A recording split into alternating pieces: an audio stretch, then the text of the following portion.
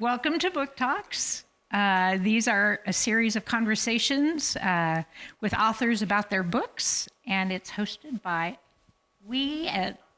us at Barber Library.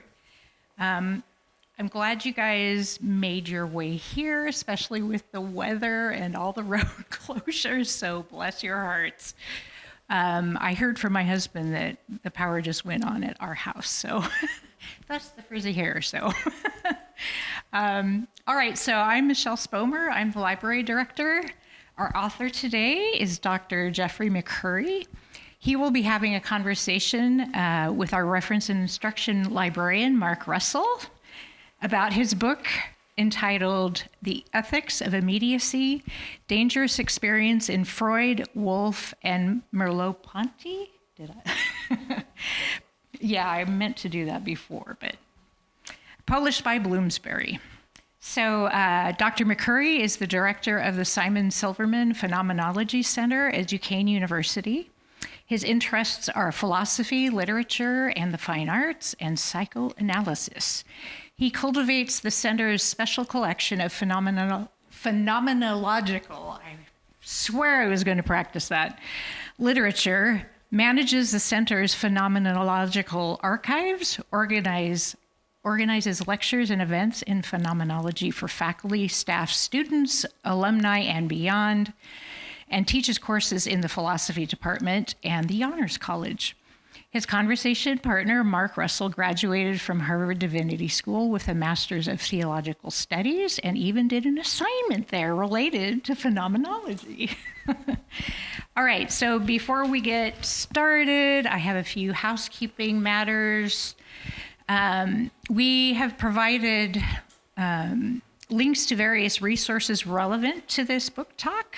For those of you here in the space, we have this little half-page handout with the links. For those online, the links will be provided, if they haven't already, in the Zoom chat. These resources include bookshop.org and Amazon links if you want to purchase the book. There's also a link for an online subject guide developed for this book talk, which includes books, journal articles, and websites that will help you explore this and related topics. This excellent guide was created by our user services librarian, Tisha Wu. He's right over there. A bibliography created by Tisha is available in print as well as in the online subject guide, and includes resources for further reading relevant to Dr. McCurry's book. Please be aware that this book talk will be recorded and then posted in a couple of places. Again, links are on your little half sheet or in the chat. There will be time at the end of Dr. McCurry's presentation to ask questions. We invite online attendees to post them by clicking on the Q&A button at the bottom of your screen and entering your question. And of course, our in-person attendees can just raise their hands. Online attendees may also want to view the live transcription during the book talk, which you can see by clicking the live transcription button at the bottom of your screen. Let's turn this over.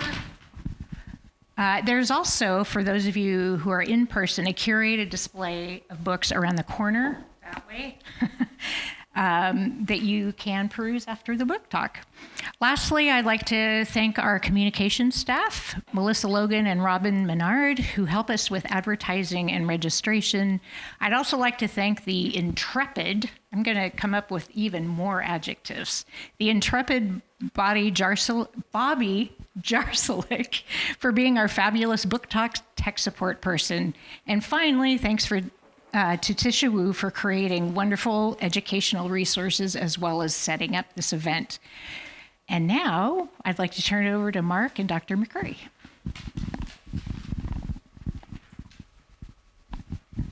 Thanks, Michelle. So thank you all, both in person and online, for attending. And thanks, Jeff, for coming today. Thanks for I'm having really me. excited to talk about your book. I really enjoyed reading it. But before we get into the book, I wanted to give you a chance to kind of talk about what you do and what your background is and kind of the work you do at the Phenomenology Center. Okay. Well, first of all, thanks for having me. Thank you to Tisha and Michelle and Bobby and Mark and everyone else who's here and online. It's nice to see some friends here. And I have to say thank you to Mark for reading the book. Now, I have to say that now, along with my wife and my mother, you're only the third confirmed person to have finished the book. Partly because it's right now ridiculously expensive, but the paperback is coming out at the end of the month, I think May 29th, which will actually, then you will not have to get a second mortgage on your house to buy my book. If you're interested, you wait, yeah. But yeah, it's nice to be here. I live around the corner from the seminary, so when I am working from home on Mondays and Wednesdays, and then the weather's nice, I sit on my porch and I hear the bells play the hymns at noon, and really always like that. So, so I work at the Phenomenology Center at Duquesne. Michelle did a good job of describing what I do. We're a special collection library. We have some archives. We do programming. We bring in speakers, philosophers, psychologists, theologians, literary critics, to give lectures. We do a book discussion group. A few of my friends from that are here. We run a dissertation circle to help PhD students who are writing dissertations that have a phenomenological dimension. So we do different kinds of programming like that. We sponsor our main program of the year. Just happened about a month ago. We call it the Phenomenology Symposium. Some names that might be familiar to people in the theological world: Kevin Hart, John Caputo, Edith Wishagrad, Jean-Luc Marion. We've had some pretty good theological names over the years. Richard Carney, so the job is sort of part librarian, part archivist. I teach philosophy classes in the philosophy department on different topics. Sometimes philosophy of religion, sometimes Christian philosophy, sometimes political philosophy, sometimes ethics, sometimes phenomenology.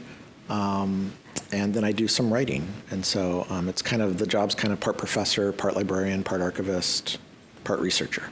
So, and I've been there for 17 years, which is hard to believe. And I'm hoping they don't get rid of me. So anytime, I'd like to do another, 15, maybe not quite another 17, but maybe another 15. And then, it's great to be here. I've used the library before. PTS has an excellent library. And there are definitely things that I have wanted and needed to look at that were not in the Duquesne Library. And so I've, luckily, around the corner, I've been able to come over here and of course, be in awe of standing next to Karl Barth's desk, which is, I took a whole year of Karl Barth at Divinity School at Duke. So I liked Barth, I should say. And I also wrote part of my master's thesis on Barth, so it's very cool to be I live 2 blocks from Karl Barth's desk. So normally people would be like, you're weird, but around here, you can appreciate that. Around here, that's par for the course, I think, yeah. So let's talk a little bit more specifically about your scholarly interests and kind of what led you to write this particular work.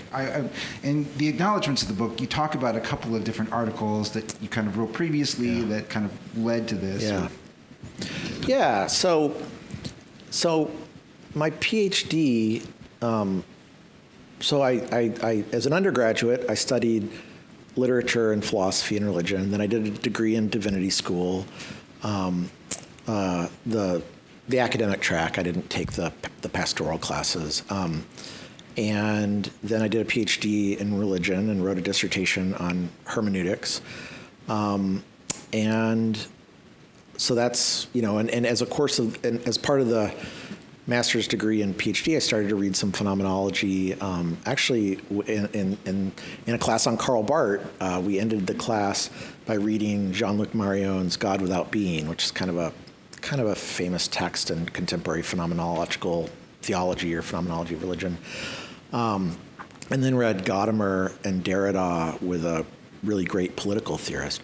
So I had started to read some phenomenology then, and then towards the end of grad school, I developed some pretty bad anxiety and depression, and so ended up in the therapist's office, so that to try to figure out how I was going to be, sane enough to get my PhD thesis done, get married, get a job. Luckily, all those things happened, and so. So I started being interested in psychoanalysis and started reading some of that, and then the academic job market, as many of you know, is particularly terrible in the humanities, and so I was applying to all sorts of different kinds of jobs, and a friend of mine had come to work at Duquesne a couple years earlier and sent me the advertisement for the phenomenology director, and I applied, and through providence or grace or good luck, I got the job. So then I spent probably the first several years of the job just trying to teach myself phenomenology, because I had read a few phenomenologists very carefully, but there were other phenomenologists who I hadn't read a page of. And so I really, was grateful to have the job, but also felt like I was about 10 feet behind the starting line in terms of the kind of knowledge I had to have. So I spent a lot of time reading phenomenological philosophy and psychology. So then, by about 2014, 15, I started to have an idea for a book that would be, on kind of literature, phenomenology, and psychoanalysis. I'd done some postdoctoral training at the Pittsburgh Psychoanalytic Center, so I'd been reading a lot of Freud over there.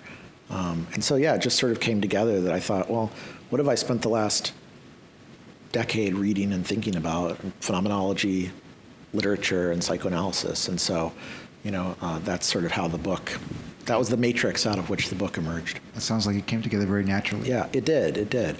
I mean, almost more than... I think I didn't know it was coming together until after it came together. But sort of looking back, I could think, oh yeah, that was very natural that this book was on these three areas. But I don't know that I was explicitly aware of it until after it had happened. Well, let's get into the book then. All right. So let's talk about the project of the book, because Okay. I think that's maybe a good place to start, and so we can kind of get you to talk about. The Freudian age and kind of how you conceive of it. But I think maybe before we get into that, it's probably a good idea to talk about what immediate experience is, because that's an essential part of your book. Yeah. And kind of throughout, I think it's important. And starting out without foundation, I think, might be a good idea. Yeah. So immediate experience, as I define it, is a particular kind of experience that we all have. Every human being has it in one way or another. We have it all the time. And maybe to step back for a second, what is phenomenology, right? Phenomenology studies the nature of lived experience and different kinds of lived experience. So anything that ends in ing, you can do a phenomenology of: hoping, praying, loving, fearing, wanting, hating, cherishing, being disgusted, whatever. And so I thought that there was this, and I guess it was really through reading Freud, that there was this kind of area of a kind of experience called immediate experience that was very important in Freud. And the project really started with the Freud material. And so I was trying to ask myself, okay, phenomenologically, what characterizes immediate experience? How is immediate experience different from other kinds of experience? And, what I ultimately landed on is to say something like immediate experience consists of unintended, unrequested, unexpected, anomalous, often disturbing thoughts, feelings, and desires. And so we all have these every day, right? This is an immediate experience is, you just went to church and you celebrated Easter and you're feeling very good that Jesus Christ has reconciled all the world to himself and all of us to each other, and somebody cuts you off in traffic and you think, I want to run that guy over, right? And then you catch yourself and you're like, oh wait, I was just at church. I was just praising God. We're all brothers and sisters in Christ. And how could I have that thought, right? And I don't think I'm the only one who has that kind of thought after church from time to time. Be honest with yourselves. That's an immediate experience. It's an experience that I didn't ask for. I didn't plan it. It's sort of, I'm more subjected to it than a subject of it. It happens to me. It arises, or I find myself in the context of the experience. I find myself having the experience. And a lot of the time, these experiences are, not all the time, there can be positive immediate experiences, but a lot of the time the immediate experiences are challenging. They can be disturbing, they can be dangerous, frightening, unpleasant. Because, if I have that experience, I think, I was just, Len, let's say I was very, not just patting myself on the back self-righteously after going to church, but I was really feeling like, yes, right, Christianity, it's true, it's beautiful, it's, we're all brothers and sisters in the risen Christ, and then that guy cuts me off, and it's just all out the window, right? All out the window, and I'm just, shaking my fist thinking, I'd love to run that guy over, And of course, then I catch myself, and I'm like, Jeff, what the hell, right? It's not who you are, that's not who you should be, you shouldn't have thoughts like that, you shouldn't have, but I did. And so that's like a kind of paradigm, a pretty trivial, but paradigm, it's trivial as long as you don't actually run the person over. Then it becomes less, more non-trivial. But simply as just a thought, right? Just a feeling. That's an immediate experience. And then the book was trying to say, how do we describe that experience? It's unrequested, unintended, unexpected, sudden, arising, anomalous, et cetera, et cetera. And then, and maybe we can, tell me if I'm jumping too far ahead, I looked at the way in which 3 different areas in which immediate experiences happen. 1, psychological life, 2, social life, and 3, kind of perceptual perceptual and epistemological life. And then that's, you're looking at Freud and Woolf and Merleau-Ponty. That's right. Yeah. That's right. So Freud, the psychology, Woolf, the sociality, and Merleau-Ponty, the perception and philosophy. And there's another aspect to that too, the ethical part, right? That's in the title of the book, the Ethics of Immediacy. Yes. And each of those figures, you're also looking at kind of how an ethic is formed from their thought. Yes, that's right. So, so I wasn't simply saying, hey, look, there's this interesting part of experience, this interesting type of experience that no one's really talked about. I mean, of course, people have talked about it, but I don't know that people have talked about it in the way that I did, or as a theme of a book. Probably people did, but I was also the first part of it is, what is this experience? What's this kind of experience, immediate experience? But then the second goal of the book was to argue for an ethics in which human life, we as humans, would not only know what immediate experience was, not only kind of recognize that we had immediate experiences, but that we would in some way make those immediate experiences central to our lives. That we would learn from those immediate experiences, develop those immediate experiences, instead of, as historically was the case, a lot of times these immediate experiences were downplayed or ignored or outright repressed, which is one of the things that Freud was interested in. And so I was asking, what would it look like? What are some of the ways it would look like to have this kind of experience that often we find very threatening, and to, instead of pushing it away in various ways or ignoring it or downplaying it, to instead use it as a sort of North Star to kind of like reorient our psychological life, our social life, and our philosophical life in constructive ways. So it's to see how immediate experience could be kind of a blessing as well as a curse. Because I think normally people tend to approach it as a kind of a problem. But that I was trying to say, in Freud, Woolf, and Merleau-Ponty, it also offers a kind of generative, constructive set of possibilities. Yeah. Well, let's get into that with Freud. So in the there's like half the book is about Freud. Half the book's about Freud. Yeah. And so there's 2 chapters about Freud, and the first chapter you kind of introduce like how Freud is kind of interacting with immediate experience and how it kind of plays into psychoanalysis. Yeah. You do this, one of my favorite parts of the book, and this is the only time I'm going to read from the book, but I feel like it's necessary at this point.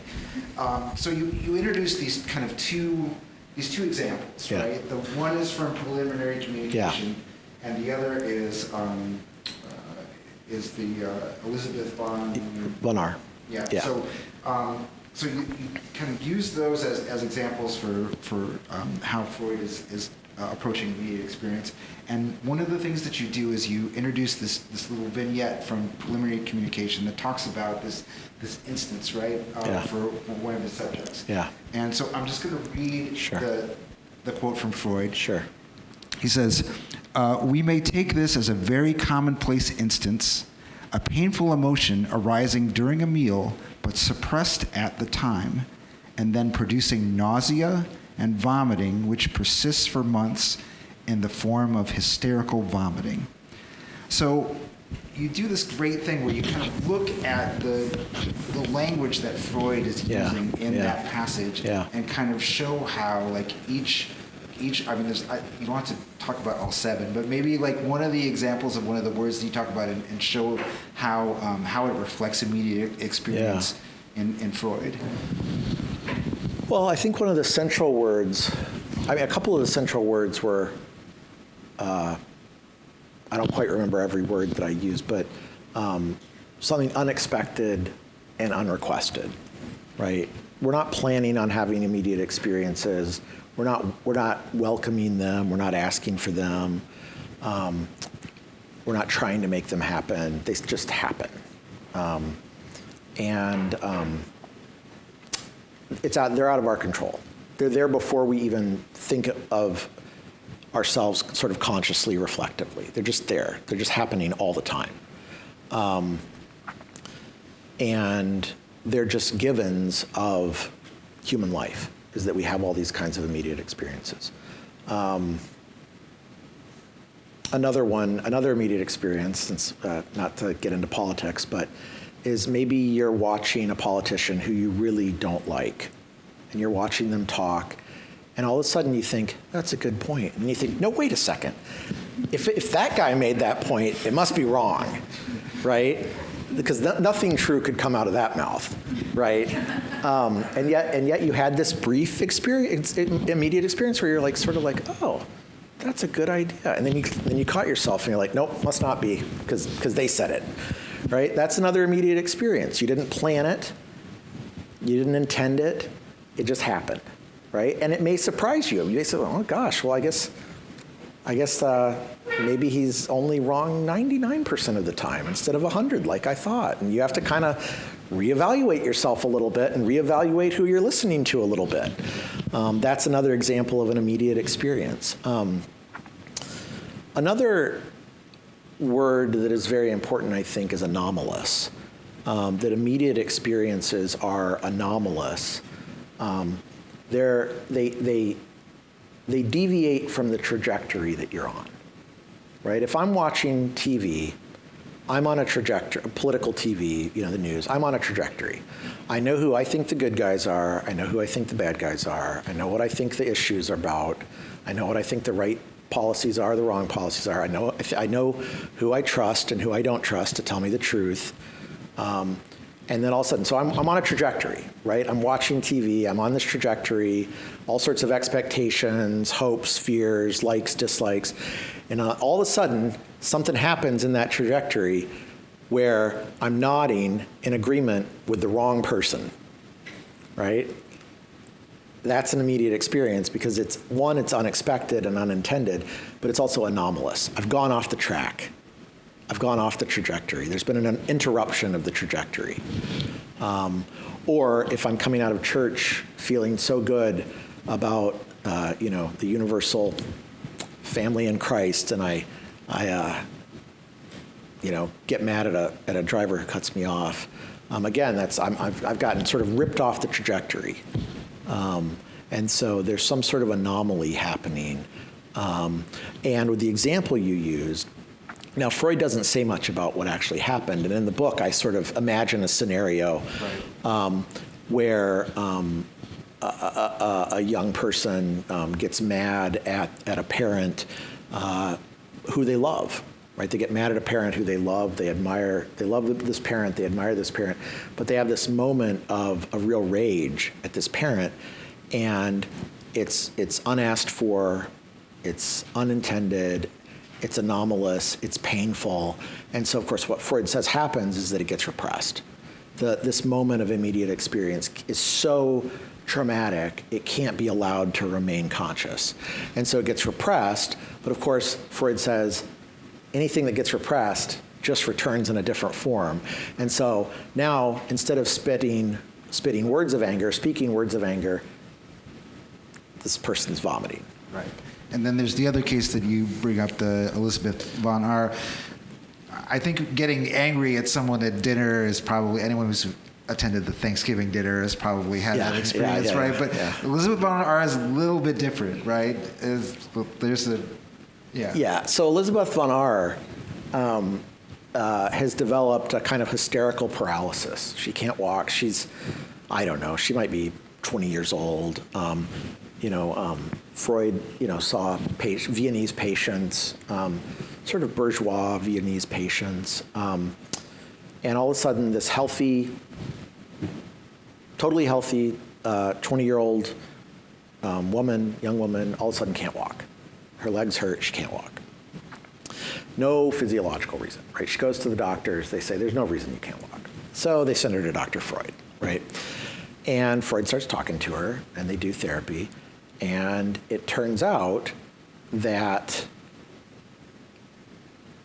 this young woman's sister recently died, and that her sister was married, and that when the sister died, this young woman's first thought was, oh, now I can have her husband. Because she really, she really admired this man, right? She wasn't trying to sort of she wasn't trying to break up the marriage, but once her sister had died of an illness, she thought, oh, now I can marry him because I've always really admired him. Well, this thought she immediately represses because she feels horrible about it. I mean, her sister's been dead like 5 hours, and she feels like she's already making a play on, her former brother-in-law, and so she just represses it. And consciously, it's as if the thought had never existed. And Freud, doing his detective work, his psychological detective work, finally finds and helps her realize that the thought did happen, and that what happened is that she repressed the thought. And somehow, and we can talk about different mechanisms that ways that this worked, but somehow she debilitated herself. She made herself unable to walk.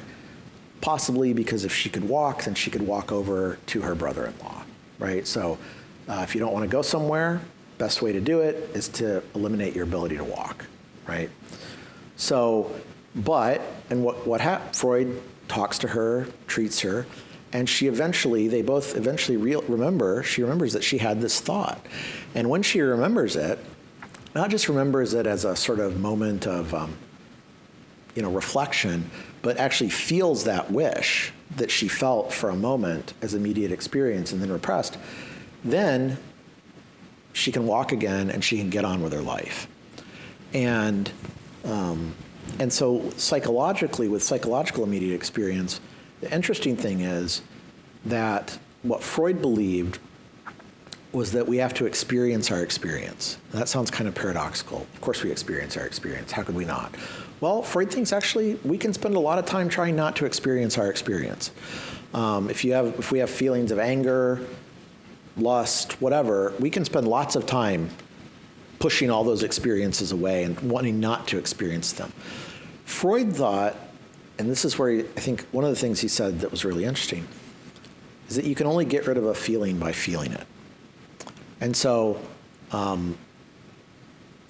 Elizabeth von Arr, when she has this feeling, thinks, oh, I'm a terrible person, I can't have this feeling.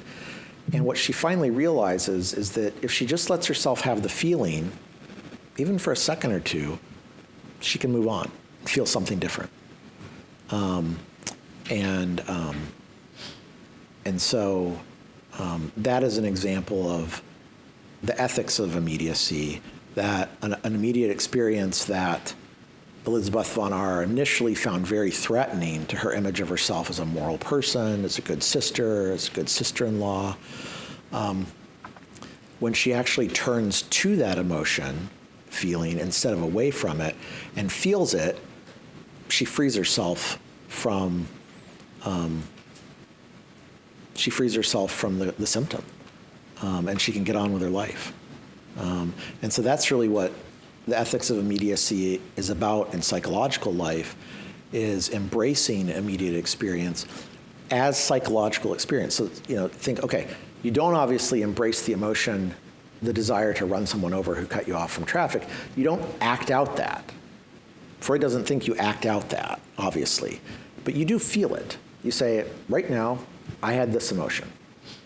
May not be happy about it, may not want to shout it to the rooftops, but I had this experience. It's where I was in that moment. I acknowledge it, I accept it, and then Freud thinks you can move on and have other experiences. So you have the experience, you embrace the experience as a psychological experience. You feel the feeling as a feeling. You don't enact it in behavior. And in that way, you in theory, obviously it doesn't always work as smoothly as this, but in theory, then you free yourself of kind of crippling psychological symptoms.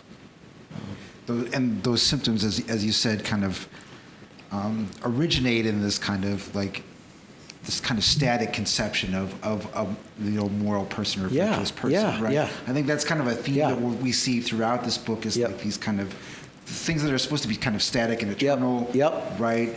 Once they kind of gain their flexibility, then we can kind of transition to something more ethical. Yeah, and yes, I think Freud is very interested in the ways that immediate experience kind of runs up against self-conceptions that we have. Oh, I'm a good and he thinks that the mistake is to think that, well, I'm a good person, so therefore all my thoughts have to be good thoughts, right? I'm not allowed to have mean thoughts, because if I have mean thoughts, I must be a mean person. And Freud says that's false, right? Being a mean person is when you do mean things. Being a mean person is not having mean thoughts. And we can't really, Freud thinks that if you repress an immediate experience, you get trapped in it, right? So Elizabeth von Arr, what's really sad about her case, one of the things is she can't live, right? She's stuck, she can't walk, she can't live. And once she accepts the wish that she had, the feeling that she had, she can live a life again. And so that's really, for Freud, that's the significant dimension of the ethics of immediacy, is by owning your immediate experience, you give yourself the chance to live life again. Not that life's always going to be happy, but if you're trapped in a crippling symptom, you have no life at all. And so you've got to come to terms with your immediate experience so that you can start to have more experiences. Yeah.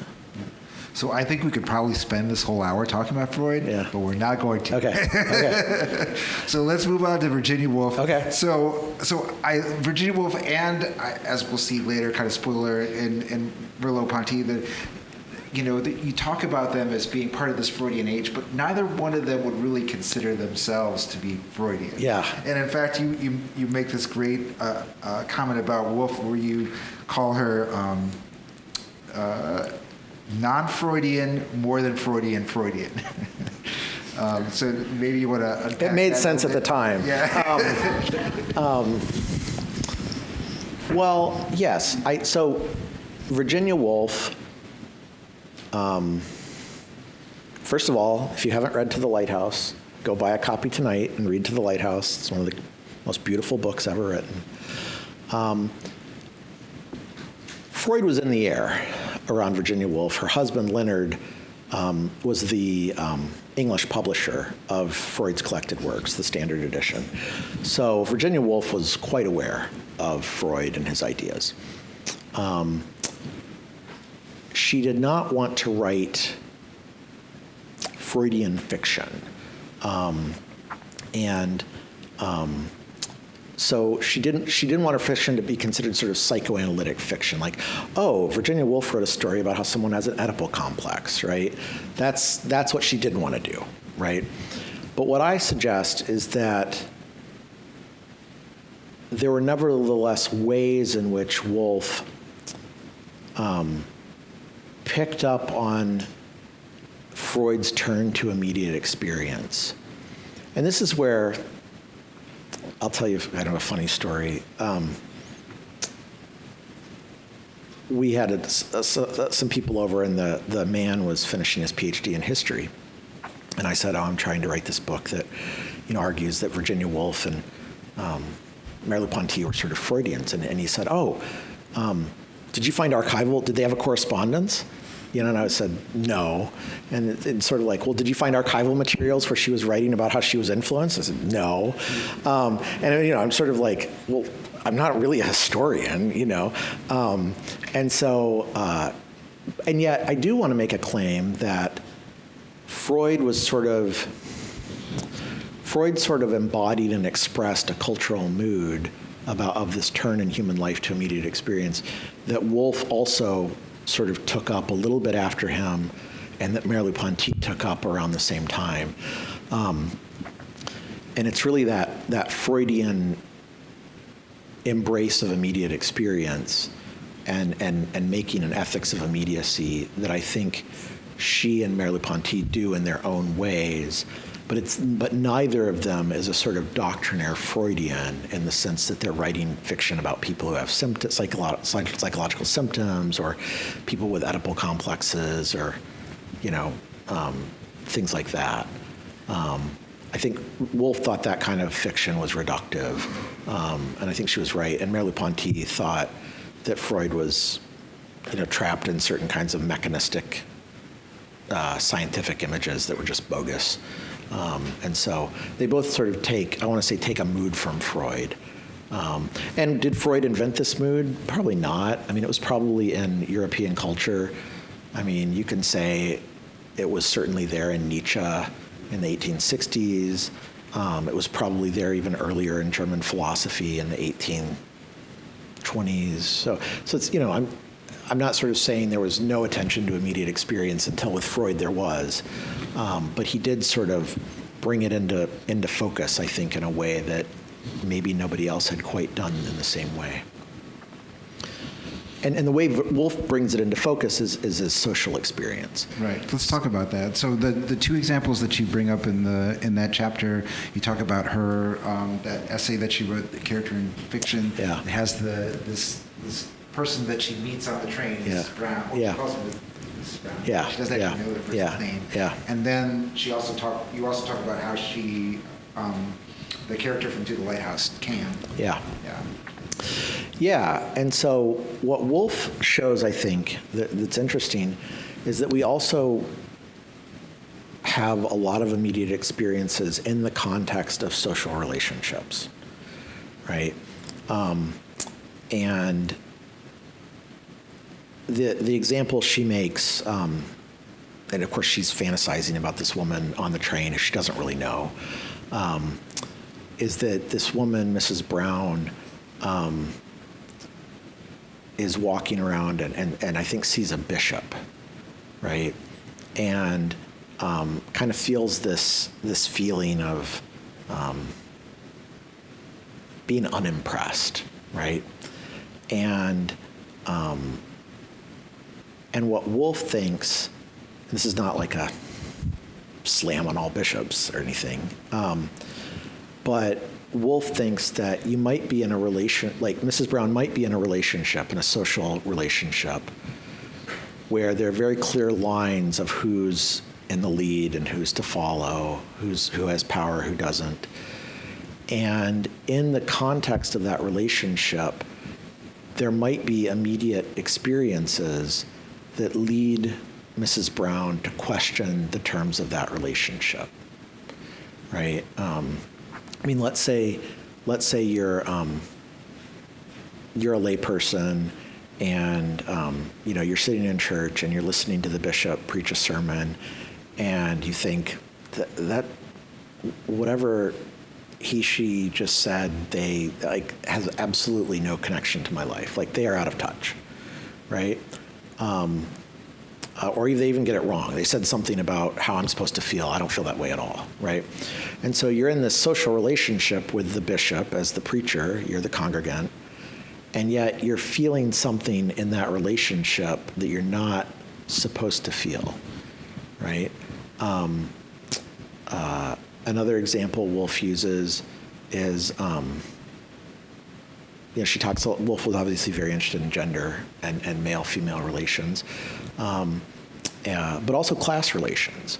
That obviously the England she wrote in was a very class-stratified society, and she thought that there were plenty of people who were supposed to know their place in the class hierarchy who didn't much like it, didn't much like where they were in the class hierarchy. And she thought that they may even be trying to operate smoothly in the class hierarchy. They may think they have a duty to operate smoothly in the class hierarchy. And yet there are these immediate experiences of resentment, suffering, grief.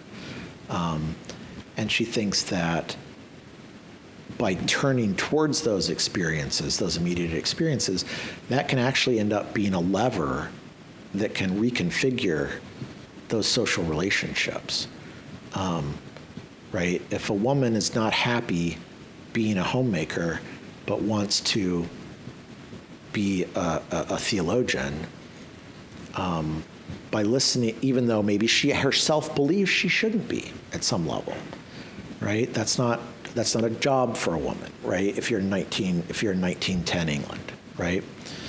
And yet she keeps having these feelings. That's what she'd really like to do, and so maybe she starts listening to those immediate experiences that maybe she doesn't even want. She thinks, this is going to really make my life complicated, right?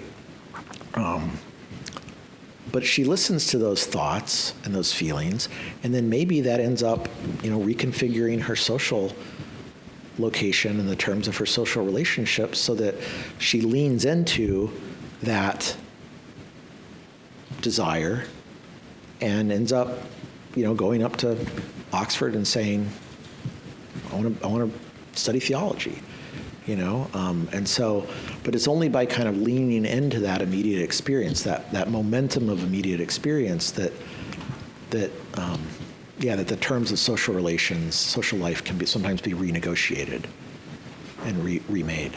And that's a way, I think, that you kind of point out where she kind of goes beyond what Freud is doing, right? Sure. Where she's, what Freud is doing is very interior.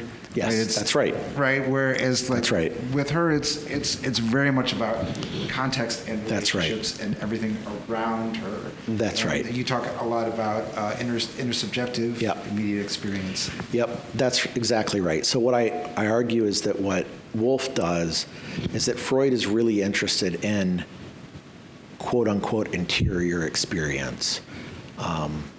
He's interested in my emotional and desiderative relationship to myself. And what Woolf does is she takes immediate experience and looks at it in terms of relationships. Male-female relationships, class relationships, young-old relationships, youth and adults, parents and children, and she really kind of brings it into that intersubjective realm. Yeah. And while this experience may be dangerous, as you point out, there's also, once again, we're playing into the ethics of immediacy. That's right. There's this potential from this experience to lead to something more productive and more constructive, right? That, think about it this way, that maybe, I imagine there were women in 1910 who sort of felt the desire to become theology professors, and they may have thought they were having sinful thoughts, right? In that context, they might have thought, this is obviously not what God wants me to do, right? But eventually, so that wish is dangerous. That wish is dangerous, and it was dangerous. It was going to make their life hard, and maybe they did think this is a temptation. Clearly, this is not what I'm supposed to do. But if they, as Woolf thought, lean into that experience that they found dangerous, that becomes the lever to reimagine their life. Because then maybe they come to think, well, there's actually really no good reason that I couldn't go become a professor of theology or anything else. But the lever for that change is listening to the data of immediate intersubjective experience. So I think because of time constraints, we might have to skip Merleau-Ponty unless you want to just say a quick. That's definitely the hardest chapter of the book. Merleau-Ponty was a brilliant mid-20th century French philosopher, and the take home with Merleau-Ponty is he believed that all of our life starts with what he called perception or perceptual experience, which is kind of like a kind of immediacy of experience of everything. So it's that we're always finding ourselves in perceptual experiences that we didn't will or enact. And so perceptually, and then in terms of perceptual experience, and then in terms of philosophical experience of reflecting on the truth of perceptual experience, which is really just life for him, you're constantly in this sort of endless generation of new experiences. And so it gets a little more technical with the Merleau-Ponty part. It's very philosophical. But he's a wonderful philosopher. But yeah, it does get a little more complicated. And for me too. It's not just like, oh, it was easy for me, but it'll be hard for you. No, it's hard for me too. So one of the things that we're kind of interested in the BookTALK series is not just the ideas and the theories that you put forth in your book, but also the very experience of writing the book itself, right? And what do you think you kind of gain from this as a writer? Well, okay. I think there were some different reasons that I wanted to write the book. One was that I wanted to be treated at work like a scholar, and this was a way of making that happen. I think I wanted to write the book for just pride. I wanted to see if I could do it, and it's not easy, it's not easy to write a book, and I'd written a dissertation, but that's very different. And so I wanted to see if I could do it. I hoped I could do it. I wanted to try. And so I was writing it so that I could say I'd written a book. And I also, I guess, thought that I had something interesting to say about Freud, that I had some new ways to read Freud, some new ways to read Virginia Woolf, new ways to read Merleau-Ponty. And I generally enjoy writing, I find writing to be a way of thinking. I very much believe you don't have thoughts and then write them down. You think while you're writing. And so, I really thought the book out as I wrote it. It was a long process. It went through peer review twice. The first time it went through peer review, it was returned to me in a revise and resubmit situation. So I spent about, 2 or 3 years writing the first draft of the manuscript.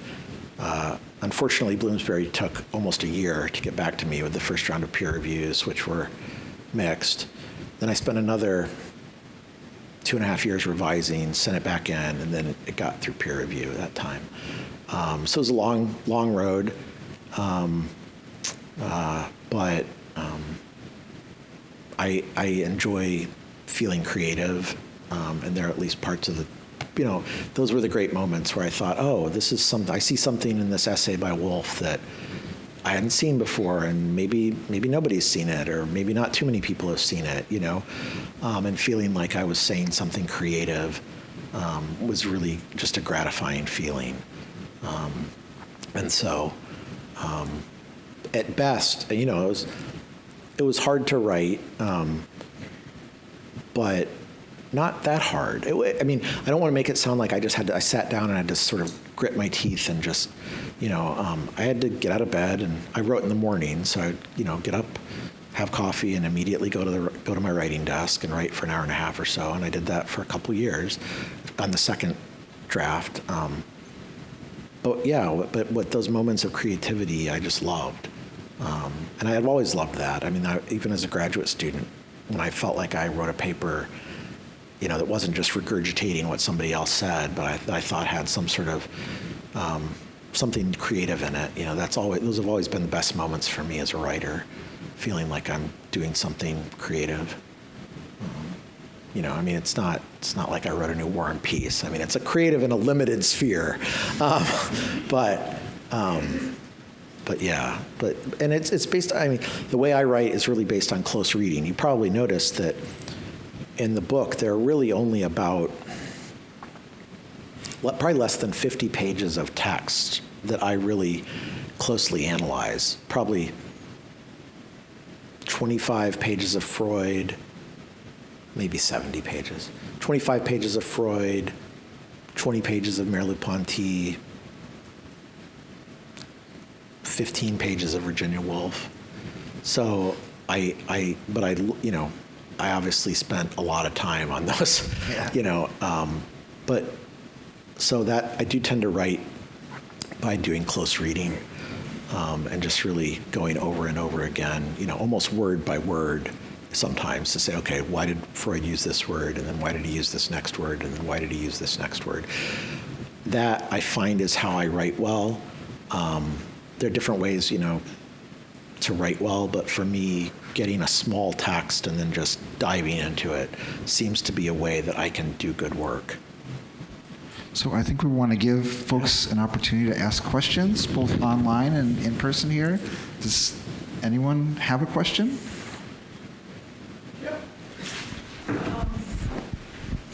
I haven't read your book, of course. I will, though.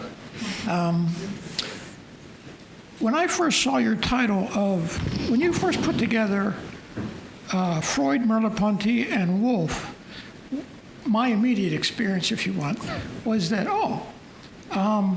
Freud is trying to reveal or bring to light the invisible.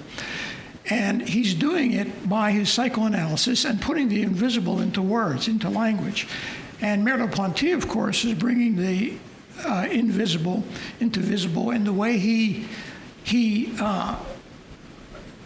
rolls them together, the way he does his so-called, I don't want to use his words because it sounds like I'm using his words, his entanglement of the visible and the invisible. Yeah. But not being familiar with Woolf, and not knowing for sure if that's where you were going, I was wondering, is there something in Woolf that's bringing like an invisible part of living to visibility? Yeah. In the same sort of sense? I don't know if it's in the same sense, but definitely there is a making something visible. You know, and what's invisible is not what is unseeable, it's what's unseen, right? So it's not that immediate experience is unseeable, it's just often unseen. And I do think that what Woolf, Freud, and Merleau-Ponty, all in their own ways, were trying to do was to make it seen. It's all around us. It's coursing through us at every moment. By the time you walk to your car, after this is over, you'll have had 3 or 4 immediate experiences in the minute that it takes you to walk to your car. But normally we don't notice that, or we deny it, we repress it, we ignore it, we say it doesn't mean anything.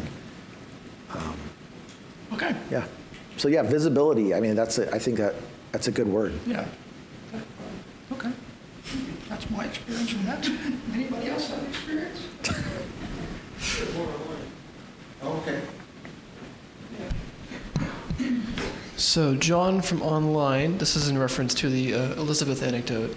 What happened in Elizabeth's relationship to her brother-in-law after she let herself feel she wanted to marry him? You know, this is again where I am a close and interpretive reader, not a historian. I don't know. I don't know. I should probably find that out. Part of it, but on the one hand, I should probably find that out. On the other hand, it makes no difference for my argument whether she ended up marrying the guy or not. That's not, you know, that wasn't really what I was interested in. I can tell you that Freud ran into this young woman. I do talk about this in my book a little bit. Freud ran into this young woman a few months after the treatment ended at a dance, and she was happily dancing across the ballroom. And so she had definitely learned to walk again, and not just walk, but to dance. So Freud thought, I think rightly, that he had done some good work with her.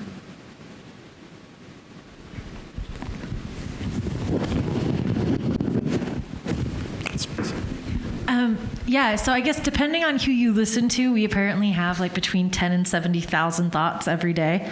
Which is, oh, really? Right? Yeah. It's 10 like and really 17,000? 10 to 70. 10, depending on how thoughts. high anxious you are. Wow. Right? Right. So, right.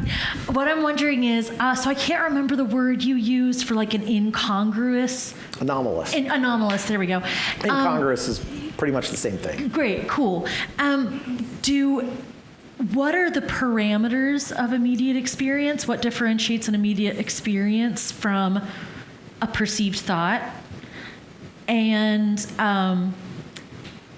is it by their very nature, do immediate thoughts have to be incongruous? Do they have to meet each of the 7 words that you use to describe them, or can they be any combo? Yeah, I would say any combo. I'm not trying to like make a definitive checklist.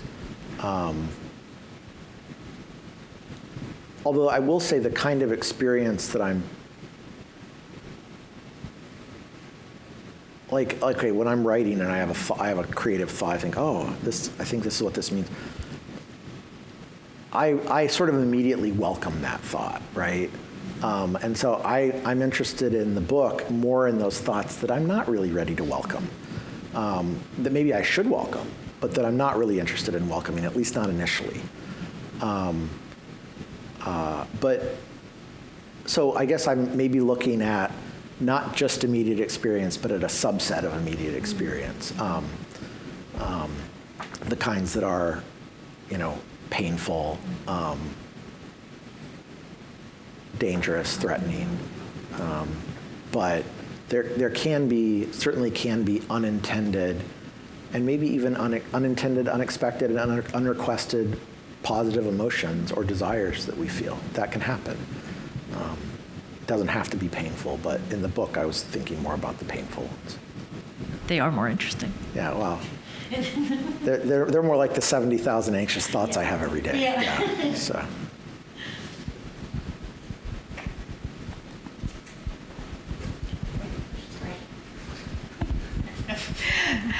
Thank you, everyone. We can do one more question. Sure.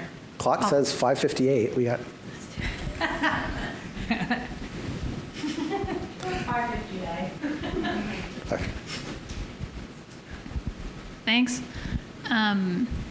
Yeah, as I was listening to your talk, I'm thinking about sort of like tracing the lineage of this, and like it's okay if this is outside of the bounds of your work. It sounds like, you're seeing Freud as this figure who picked up something that was brewing in the cultural consciousness and kind of like articulated it, and then other people picked that up as well. I think I can trace or speculate about some of the forward in time, like effects. I'm thinking of like the contemplative spirituality that's really picked up since then. Okay. For example, I'm backwards in time, maybe like a shift toward individual from collective. I guess I'm wondering if you've thought at all about like what put that into the water in the first place, like any of those factors. Yeah, that's a great question. I think you can trace it further back and further forward. Part of me wants to say that it's a reality of human experience, right? Like Plato talks about it. Plato talks about how do you deal with irascibility, angry thoughts that you have. How do you deal with them in a way that you neither shut them off, and you also don't allow them to motivate you to go kill your enemy? You have to feel it, but you have to feel it in the right way, right? And that's part of what Plato's whole model of the tripartite soul is. So you can see issues of immediate experience back in Plato. I hadn't thought about the connection between contemplative prayer in this book, but I do think there is a connection, and I don't know, some of you may know Will Adams, who I think did this book series a year or two ago. And I've done just a little bit of studying contemplation with him, and there is something similar about you have a thought, a feeling emerges, you acknowledge it, and then you let it go so that you can have another thought or another feeling. That there are connections there. Yeah.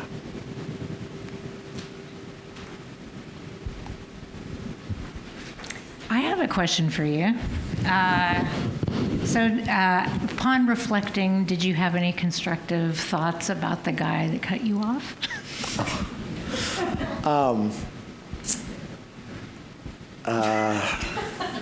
No, I mean, I think, I guess my only constructive thought is to...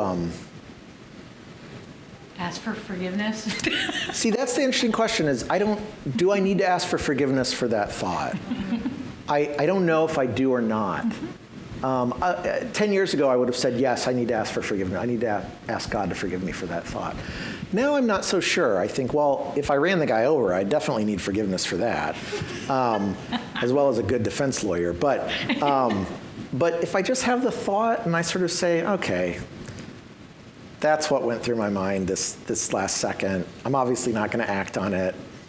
I'm not going to go home and if I think, I think if the person cuts me off and I go home and I, tell my wife how mad I was, and then I go to work the next day and I tell my colleagues, this person cut me off, and oh man, I hate them. So at that point, if it starts to kind of take me over, but then it's not an immediate experience anymore.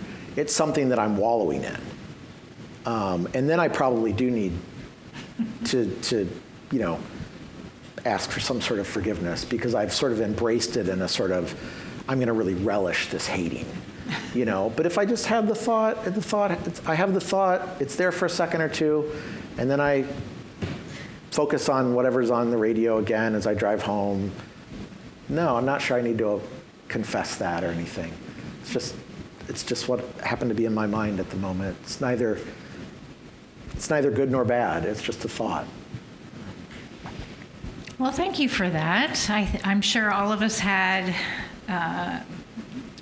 learned something new, and maybe you have some follow-up questions. So Those of you who are in person, feel free to stay and look at the display around the corner. And also feel free to partake in some more refreshments as well as take some home. I think we have some to-go boxes. And for those of you online, don't forget to look up Tisha's subject guide. It's very good. And so thank you to everyone, both in person and online, for coming tonight.